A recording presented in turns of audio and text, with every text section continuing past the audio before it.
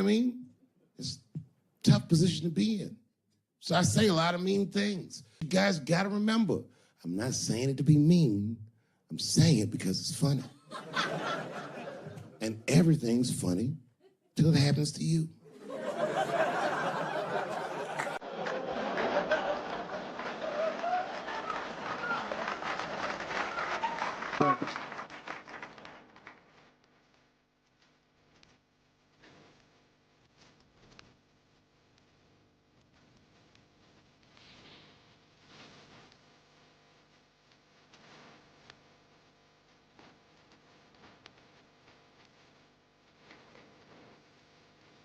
Stop.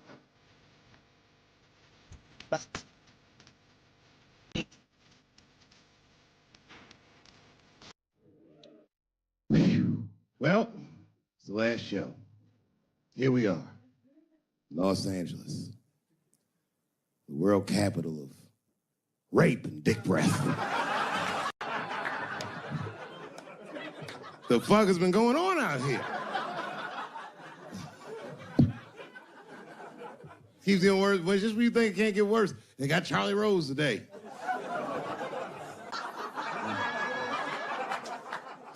It's gonna be a quiet morning on the news tomorrow. Charlie Rose, who's next? Captain Kangaroo? Everybody is raping like hotcakes. I, for one, am starting to get worried. You know, I've been in show business 30 years. I had no idea how much danger I was in.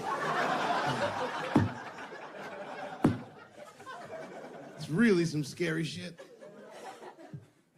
I gotta tell you, Harvey Weinstein's probably the first person that I ever looked at a photograph of and was like, yeah, he rapes. I'm not sure this motherfucker has a choice. Not a handsome man. A lot of meat and extra skin on his face. Yeah, he's ugly. You know, the sad part is, he's done so well in life, he probably doesn't know he's ugly. You know, when you're good looking, everybody will tell you, oh, you look wonderful, you're so great looking. But when you're ugly, you gotta figure that shit out for yourself. It's a lot of putting clues together through the years. Why am I not getting in the club? I got all the right shit on.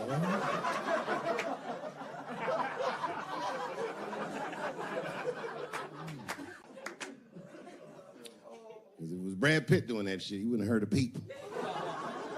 The girl would just come back down like, I got the part.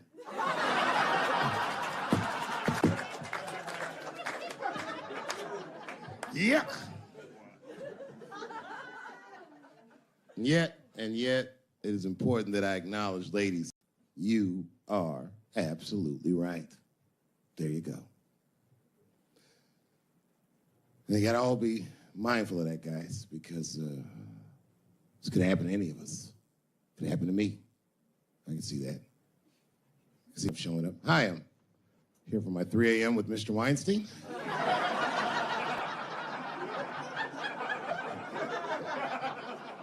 Hey, Harvey, I got your text. I'm here to talk about the script. Seems like it's gonna be hard to read in candlelight, but I guess I could try.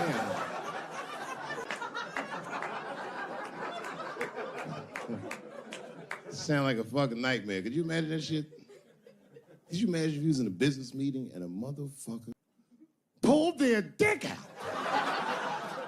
Middle of the meeting, I'd be like, yo, my man, this is the most unprofessional shit I've ever seen in all my days.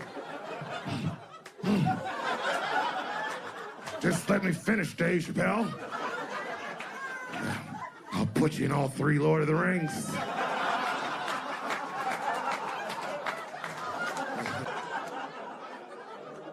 Hurry up, nigga. I have other meetings, you know. I have a 4:30 a.m. at Brett Ratner's house. And, I believe it's wardrobe fitting.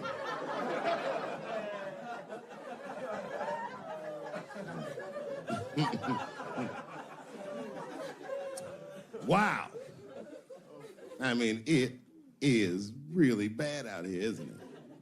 Kevin Spacey's out here grabbing men by the pussy. I didn't even know that was possible. Jesus Christ. You got the guy from Star Trek, The Next Generation. That's who we got. Last time, it sounds like he was more than that, but that's who set it off. He's 14 years old, and Kevin Spacey cost him at a party, which I gotta say, by the way, for the record. Been to a lot of parties in my day. Never been to a good one that had 14-year-old boys in it. Not even when I was 13, you know what I mean? Who wants to kick it with a bunch of hubba bubba chewing there? Having a good time, nigga. Yeah. Ironically, the kid grew up to be gay anyway, which means Kevin Spacey can sniff that shit out like a truffle pig. Yeah, he's one of me. And not the victim blame, but it seems like the kind of situation that a gay 14-year-old would get himself into. I know I didn't say that right, but it's true, nigga. Like, you know why I say that, though? Because I went to an arts high school, and, like, all them niggas was gay, man. Like, in high school, all them dudes was gay. And them gay dudes was way more mature than the rest of us, and we didn't know why. We just knew they was mature. You ever see a gay dude at lunch? Perfect posture, nigga sitting there. Eating, responsible. And then they take that thermos out. He'd be like, what the fuck is that? Is this nigga drinking wine with lunch?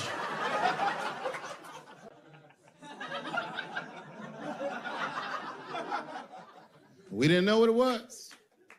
Because we were young boys, we were just trying to figure out who we were. And we didn't realize these gay dudes was fighting to be who they knew they already were. Some impressive shit. They were fearless, the gay kids. Fucking fearless. I've never seen a scared gay dude in my life. What kind of man has no fear? You could be tied up in a hostage situation with a gay dude. Them niggas would still be like, I'm thirsty.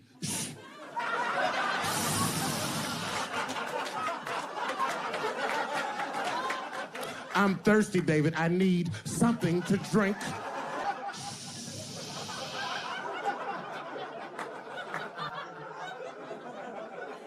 Well, then shoot me. I would rather die of a bullet than dehydration, nigga. I am thirsty. I need some water.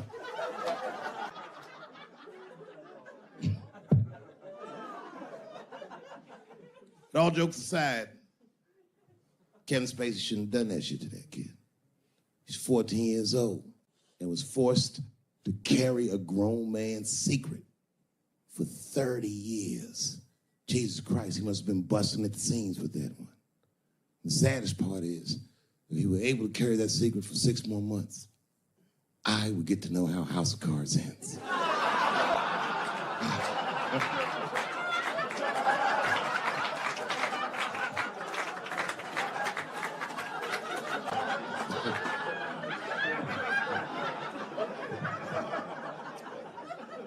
Yep, ladies and gentlemen, these are dark, dark times. New York Times said that Louis C.K. jizzed on his own stomach. You know, I've busted a lot of nuts in my day. None of them were newsworthy. Shit was really gross, because they didn't just say it like I said it. They didn't just say jizz on the stomach. They said it in that fucking Pulitzer Prize-winning style that the New York Times has. It was very descriptive, like, you know what I mean? Louis C.K.'s semen shot out like a volcano of misogyny, slowly drizzling down like lava, covering his freckled penis as it slowly dripped to a fiery crown of red hair. Jesus Christ, I'm trying to eat some huevos rancheros, and these niggas is...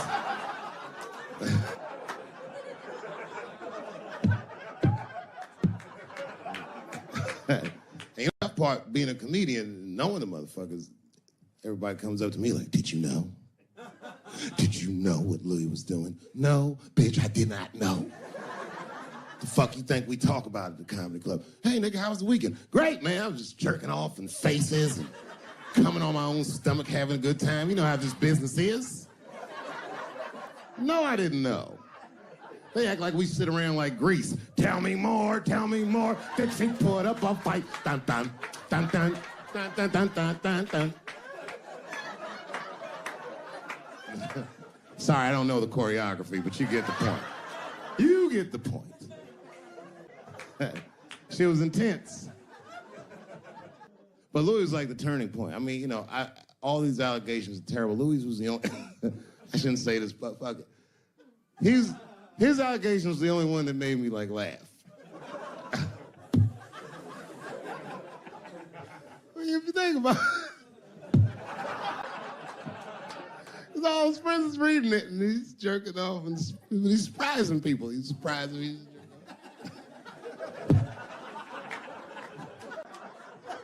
I just picture all the comics in comedy just reading it like, what?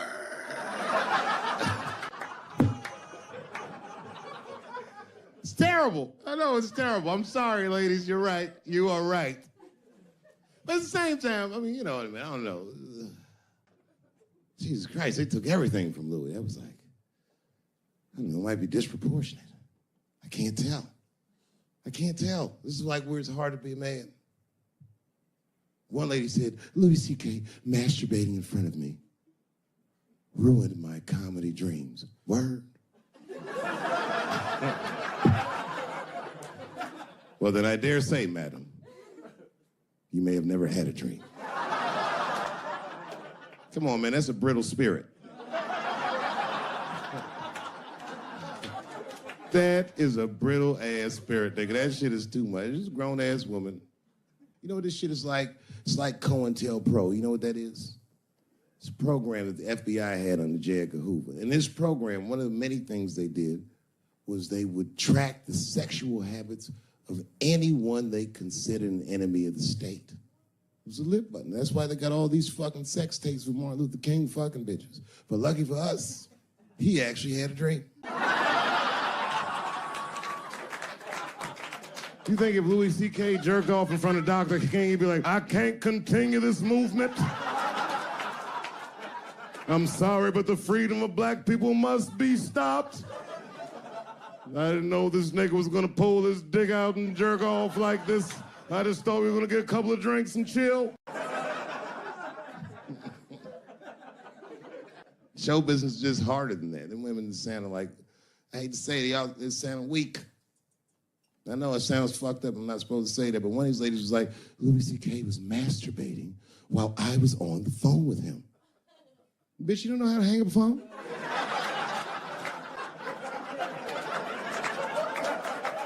How the fuck are you going to survive in show business if this is an actual obstacle to your dreams?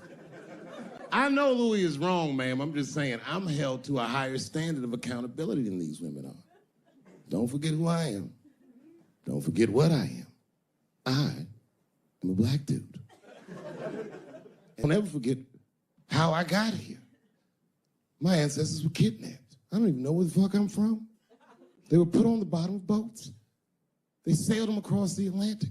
Many of them died. Only the strongest survived. And once they got here, they beat the humanity out of my people. They turned us into beasts of burdens. They made us do their work. And the irony is, hundreds of years later, they called us lazy. We fought in the Civil War. We damn near freed ourselves. And then in Reconstruction, black people did great. My great-grandfather was a very wealthy man.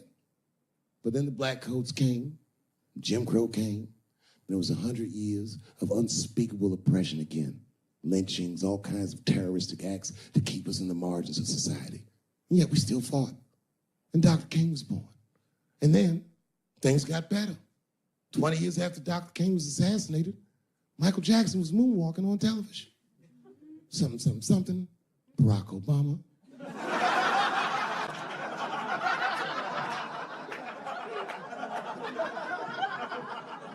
Donald Trump, and now here we all are. 400-year nightmare. Took us 400 years to figure out as a people.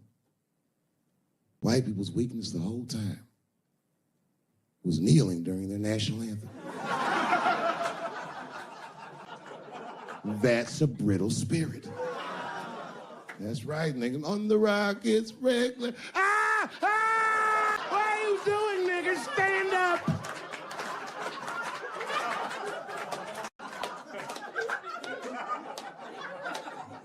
The Vice President of the United States got involved.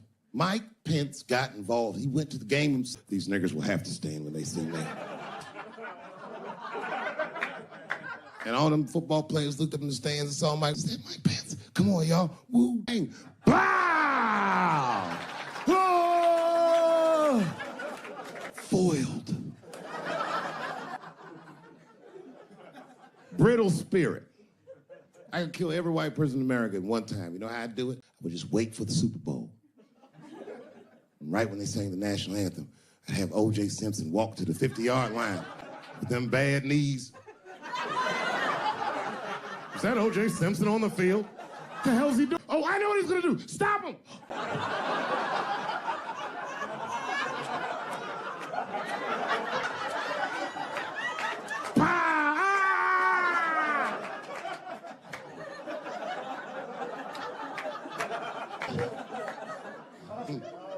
You gotta man the fuck up, y'all. I don't mean to be disrespectful because, man, I know you're upset what I said, but you know, I know you're right, but come on, baby, it's me. I was right once. Remember that? Does anybody remember when I was like missing from show business for 12 years? Remember when I had like this really popular show and I walked away from $50 million? A lot harder than walking away from Louis' freckled dick.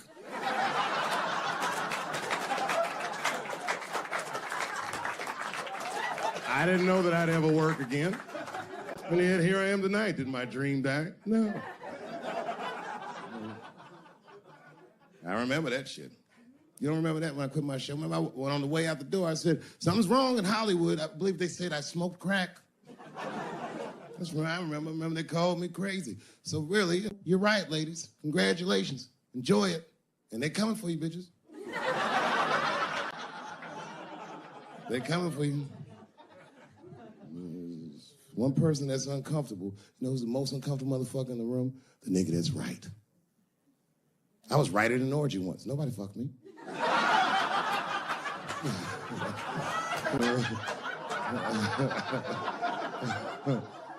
was just walking around like Tom Cruise at the movies, just looking. And ruin the whole orgy by accident. It's easier to ruin an orgy than you think. All you gotta do is wait for it to get kind of quiet and then go, ew.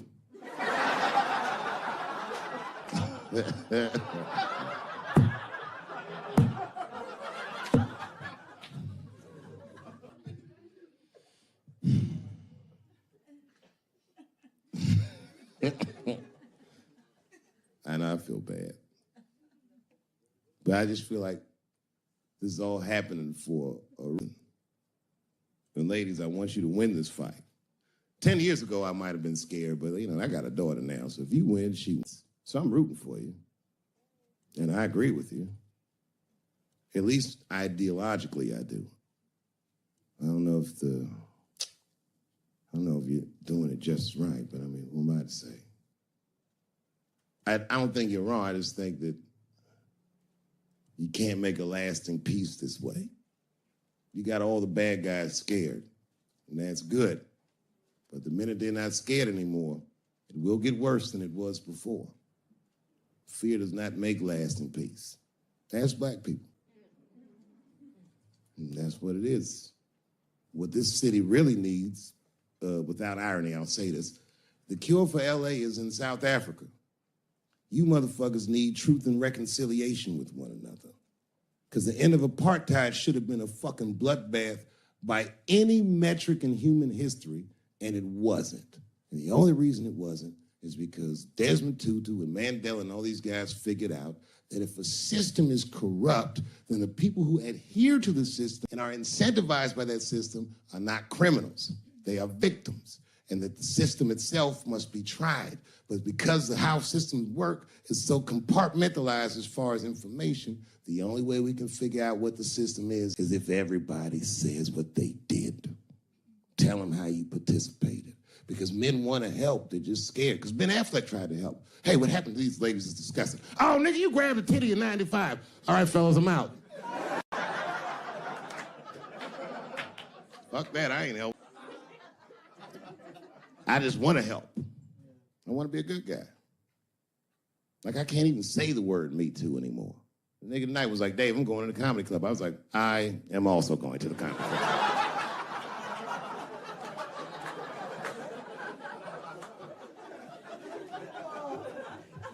And I didn't even know it was happening, but I guess I became like a feminist in the last 3 weeks because I can't watch porn the same. Like, I watch it sometimes, but I can't click on these motherfucking thumbnails, not with those titles. Guy crams young girl in the ass with hard right. I can't click on that. Come on, nigga, give me something I can click on. Dude gets sucked off by a midget. Little person, I say to myself.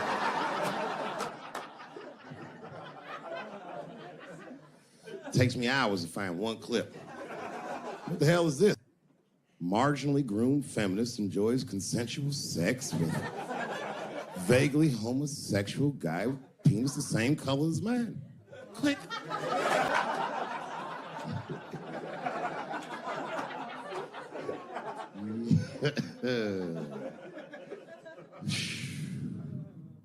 You notice a lot of black dudes haven't been getting Me Too. I don't want to jinx myself. You know why, though? Obviously, black women go through the same thing, right? The reason is because black women from slavery won't tell on us because they know that no matter how bad we black dudes are, white dudes are very mean. They're scared to see us get punished. My wife is Asian. She'd tell on me in a goddamn second.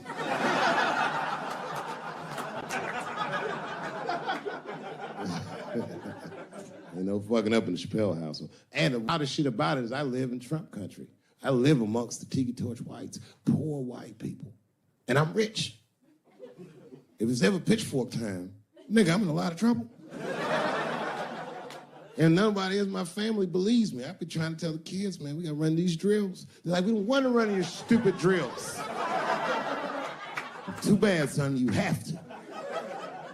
Tiki Torch whites come upside, what are you guys supposed to do? Come on, Dad, what are you guys supposed to do?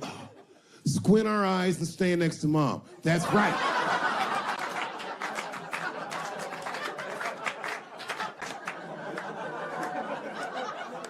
And what are you gonna bring me? Your gun and your groundskeeper uniform. That's right. I'll go outside and see what they want.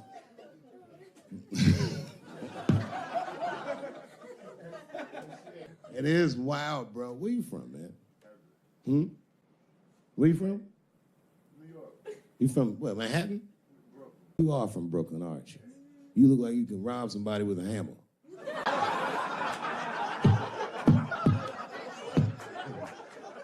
Brooklyn niggas rob you with shit they find around the house. I just got stabbed with a toothbrush. This nigga must be from Brooklyn. I'm fucking around. Yeah, man. Well, you ladies are right. To be honest with you, your lives look terrifying to me. They do, man. I know nothing about being a woman, but I know fear. Yo, I used to live in New York when I was 17, and I couldn't even pay my bills. You know what I did to make money? I used to do shows for drug dealers that wanted to clean their money up. One time I did a real good set, and these motherfuckers called me in the back room. They gave me $25,000 in cash. I was probably 18, 19 years old. I was scared. I thanked them profusely. I put that money in my backpack. I jumped on the subway and started heading towards Brooklyn at 1 o'clock in the morning. Never been that terrified in my life. Because I never in my life had something that somebody else would want. I thought to myself, Jesus Christ, if motherfuckers knew how much money I had in this backpack, they'd kill me for it. Then I thought, holy shit. What if I had a pussy on me all the time?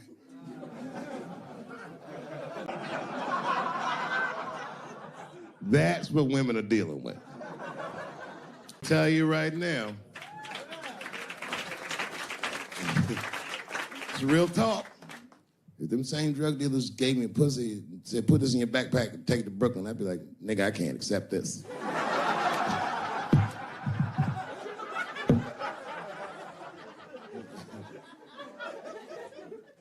I empathize, man, you know. Everybody gets mad because I say these jokes, but you understand that this is the best time to say them. More now than ever. And I know there's some comedians in the back, motherfucker, you have a responsibility to speak recklessly. Otherwise, my kids may never know what reckless talk sounds like. The joys of being wrong. I didn't come here to be right. Just came here to fuck around. It's hot in here suddenly, isn't it? I wonder where that heat came from. I wonder what happened to me. Where did I go for 12 years if I wasn't raped?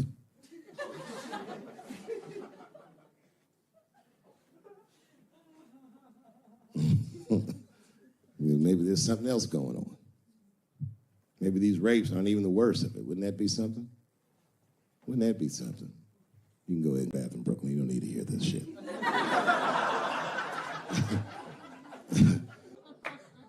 You see that motherfucker right there? He's under an enormous amount of pressure. He is. Just being big and black with that hairdo, nigga, you motherfucker's a suspect for everything. Except white-collar crime.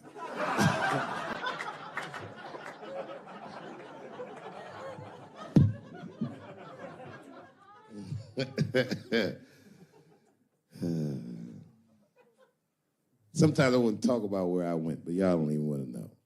I was gone for a long time, nigga. I was in the upside down.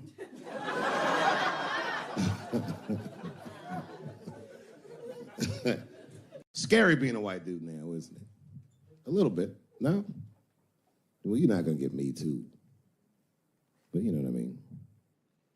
It's funny for a black dude to see white people go through this because this is how it always is for us. All my heroes is either murdered by the government or registered sex offenders. Sad, I know, man. But we've already been through it, like Michael Jackson. Remember when they said all that shit about Michael Jackson? They never proved anything till his dying day, but they said that he did some very heinous things. And one time I watched a documentary about it. They were talking about all the shit Michael Jackson allegedly did. And as they were saying all these allegations, they started showing pictures of his home, the Neverland Ranch. You ever seen Michael Jackson's house on television? Well, the short of it is, there's a lot of things for kids to do with that place.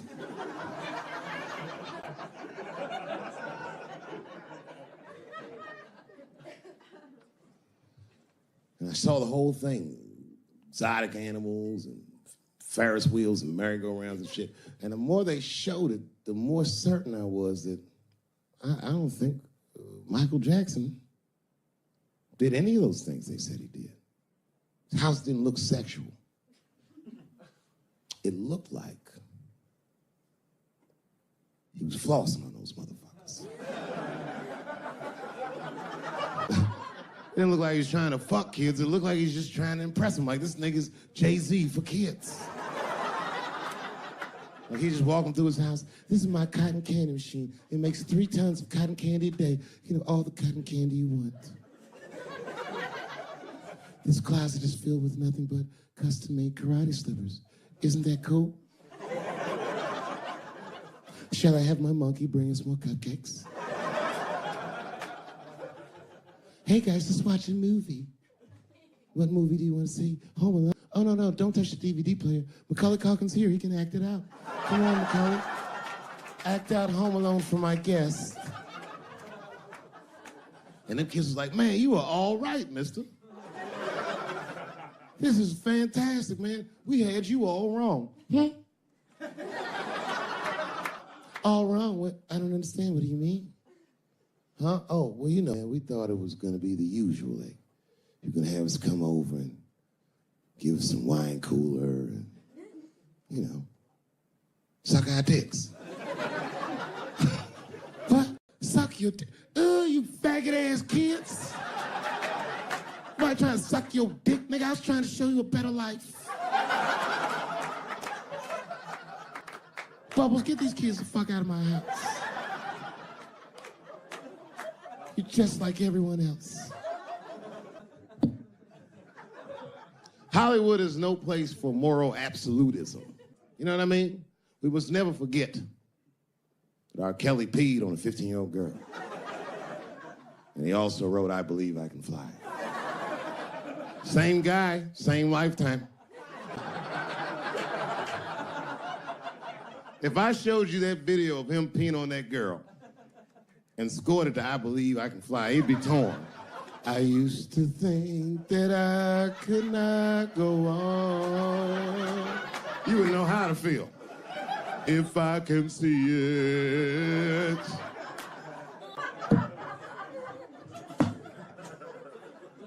It's okay, my career ended many years ago.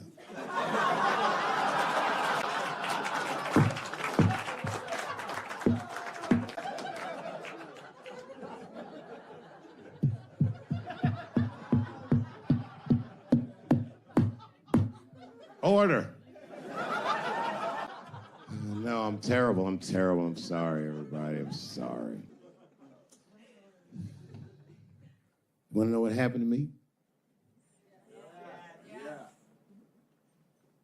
No.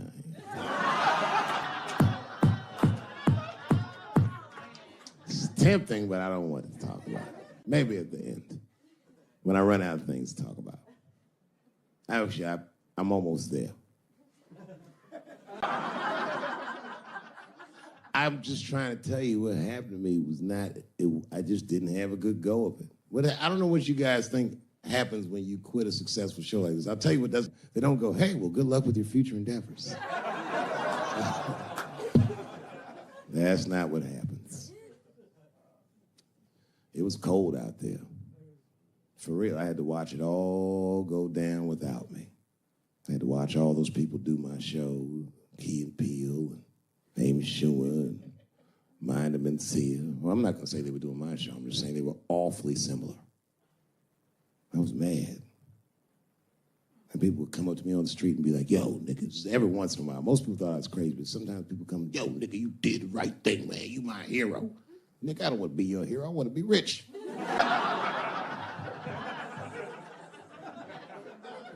Never choose to be a hero, because heroes die uncomfortable deaths. All I wanted to be was Paul Revere. I just needed one heroic moment, you understand? Paul Revere's ride was only one night. And then 40 years of him being like, hey, y'all, remember that time everybody was asleep and I was up and the British was coming? Boy, it's a good thing I was awake, nigga. Everybody be dead.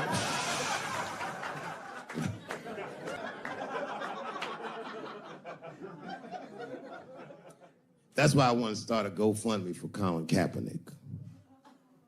I do, man. I'm fascinated with him. I want to make sure he never has to play football again. He can if he wants to. I just don't want him to have to. Because why the fuck not? I know he's rich and people would be like, I'm not giving a GoFundMe to a rich dude, but you should. You should. Because that motherfucker's life was going great. He's so light-skinned, he didn't even have to say he was black. And yet, he took a knee during that anthem for us.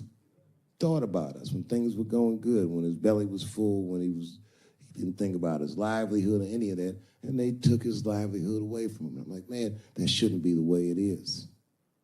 Every fucking person that takes a stand for somebody else always gets beat down, and we watch it. Over and over and over again, we watch it. But we should pay those motherfuckers for blowing the whistle, because they make our lives better. And we could change the narrative. We could make one motherfucker have a good outcome for doing the right thing. And that would make another motherfucker be brave enough to do the right thing. And if you did that, the niggas like Harvey Weinstein wouldn't rape for 40 years because bitch want a stupid-ass part. We should take care of each other. Wouldn't it be nice to be like, remember that time they was gonna kill Jesus, but then he got all that money?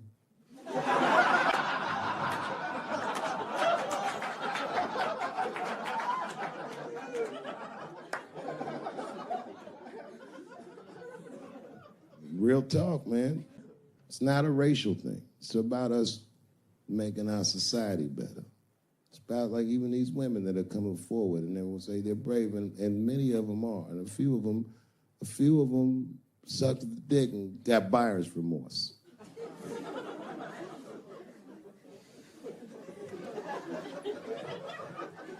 Yo, that's a huge omission from this narrative. This wouldn't have gone this far if some women weren't willing to do it. You can't ask every woman to hold the line. Some women can carry things heavier than others. So we should fight for one another. We should forgive the ones of us that are weaker and support the ones of us that are stronger. And then we can beat the thing. When you guys keep going after individuals, the system is going to stay intact. You have to have men on your side. And I'm telling you right now, you're going to have a lot of imperfect allies. I'll tell you what happened, but I can't say it directly. There's a book, to me, that encapsulates my entire experience before I left the show. And the book is called Pimp. It's written by a guy named Iceberg Slim. Here, bring it up here. This is Matthew. Matthew is from France. He's white. And yet, he has an original copy of this book written by a black American who was a pimp in the 40s. Iceberg Slim, his real name was Robert Beck. He got the name Iceberg because he was in a bar in Chicago and there was a shootout in the bar and a bullet through this nigga's hat and he still finished his drink. Pimps love shit like that. They said, man, you ice cold. And he said, I like that. And it stuck. This book is so heavy in the front. It has a glossary of pimp terms because the ideas are so foreign to the American ears. For instance, do you know what the phrase mileage on a hoe means? Of course you don't. Mileage on a hoe is a very wild concept. It means that pimps understand there's a finite amount of bad shit a person can do before they'll lose their fucking mind. And a good pimp can look at a woman that he's never seen before and call it, she's good for 500 fucks. That's her mileage. Anything over that, that bitch is gonna spill. They do it to you. Why the fuck you think most of us work from 9 to 5? Because 9 to 6 might kill a bitch.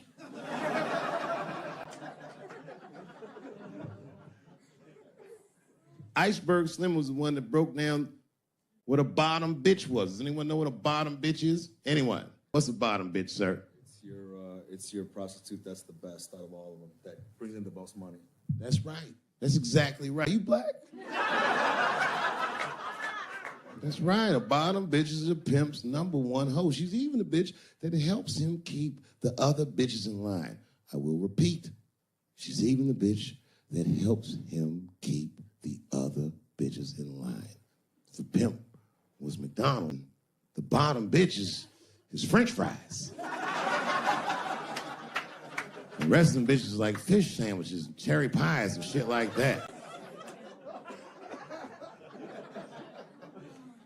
Iceberg Slim breaks down some of the coldest capitalist concepts I've ever heard in my life.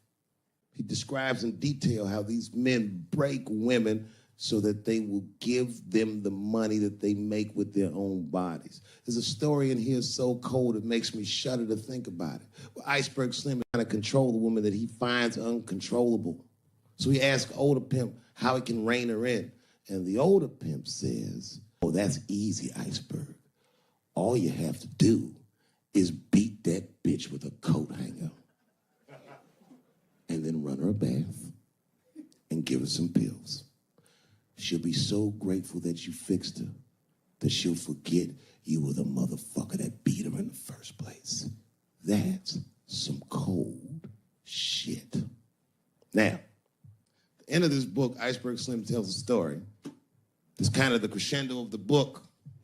And in the story, Iceberg Slim's bottom bitch is at the end of her mileage. If she was good for 500 fucks, she was at 498. She was bubbling. You could see it. She was going crazy. She started saying all kinds of shit. Oh, I always wanted to be in the circus. Circus, this bitch is loose. I can juggle too, you know. Juggle? He had to let her go. It's hard to let her go. A bottom bitch go. And he wasn't ready to let her go because his organization couldn't handle losing her. But she didn't know that. He didn't know how important she was. So what he did was, he called her to a diner. He said, look, bitch, you and I gotta part ways. She said, fine, motherfucker, I don't need you anyway because I know somebody at Ringling Brothers. She's like, all right, bitch, whatever. I got one last trick for you. It's a big money trick. You do this for me, you get paid, I get paid, and we go our separate ways. She said, fine, motherfucker, what do you want me to do? He said, okay, there's a guy in that hotel across the street. He's waiting for you in room number 7. I want you to go over there and I want you to fuck him. But before you do, I need you to put some of this stuff in his drink. And then he's gonna fall asleep. When he does, there's a briefcase on his bed. Bring the briefcase to me. That's the trick, bitch. Can you handle it? She said, fuck yeah, I can handle it. And I can't wait to get rid of you. And she ran outside, jumped on a unicycle and pedaled across the street. And Iceberg watched her. He was like, man, she's pretty good. Man, if I never jerked off in her face, maybe she would have been in the circus right now.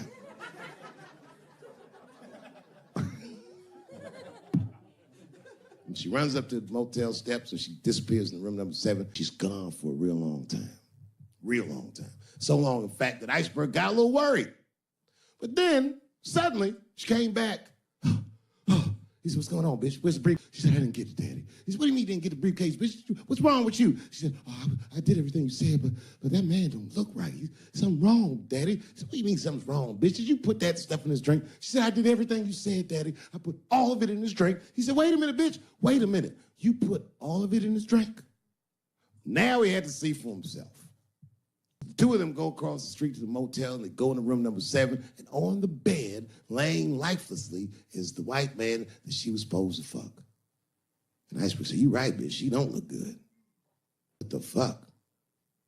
So he called a friend of his that was a doctor that was close by. And the doctor came in, gave the guy a thorough examination, and told them both what was obvious. Slim, this motherfucker is dead.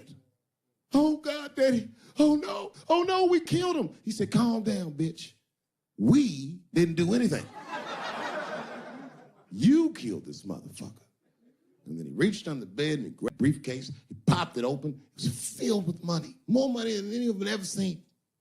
And Iceberg took a little bit of the money and gave it to the doctor, and the doctor left discreetly. All right, bitch, let me think. I can fix this for you. I know somebody I can call. But if I call him, I'm gonna owe these motherfuckers a big favor. Oh, God, Daddy, please. I don't want to go to jail. Neither do I, bitch, so will you shut up? He picked up the phone. She heard him mumbling in the phone a little bit.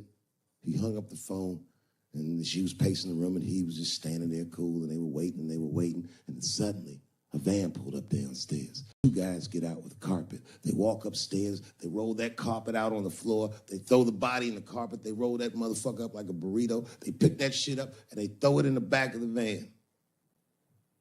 They come back up, and Iceberg opens the briefcase again and gives them a little money. He says, I'll get in touch with you guys later. They say, you're not going to get in touch with us at all. We'll find you. He said, whatever, nigga. And they bounced.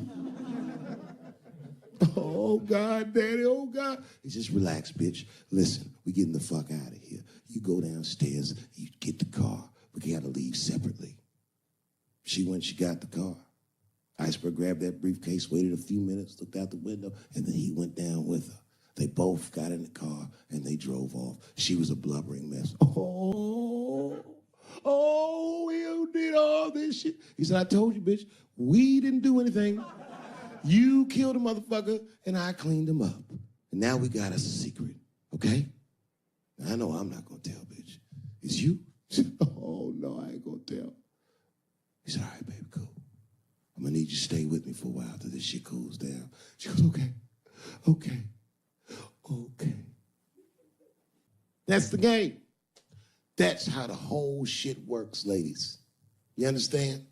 This bitch was at the end of her mileage. She was at 498. She ended up tricking for Iceberg for another 6 months.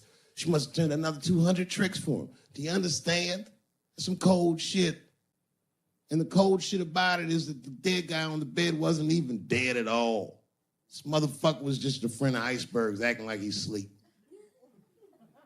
The doctor wasn't a doctor. It was a motherfucking butcher that happened to have a white coat. And the dudes who came in the moving van clothes was dressed like movers because they were movers. Iceberg had gotten a new apartment. And the bag of money was Iceberg's money in the first place. The money he got from all those women. That's a cold game. That's the motherfucking capitalist manifesto. And that's why I went to South Africa. So now we got